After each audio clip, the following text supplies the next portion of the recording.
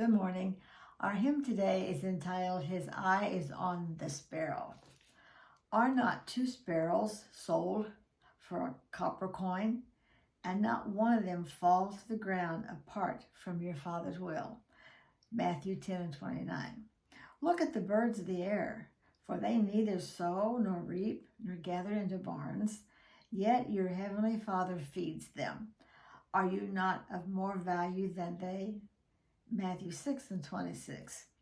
Sevilla Durfee Martin was a Canadian born in Nova Scotia. She was a school and music teacher, but after she married Dr. Walter Martin, an evangelist, she gave up teaching to travel with him and to assist him in his meetings. In the spring of 1905, she visited a good friend, Mrs. Doolittle, who had been bedridden for 20 years. Her husband was an incurable cripple who got to his work in a wheelchair. But both Mr. and Mrs. Doolittle lived happy Christian lives, bringing inspiration and comfort to all who knew them. Sevilla asked them for their secret. Mrs. Doolittle's reply was simple. His eye is on the sparrow, and I know he watches me. The beauty of this simple expression of boundless faith gripped the hearts and fired the imagination of Dr. and Mrs. Martin.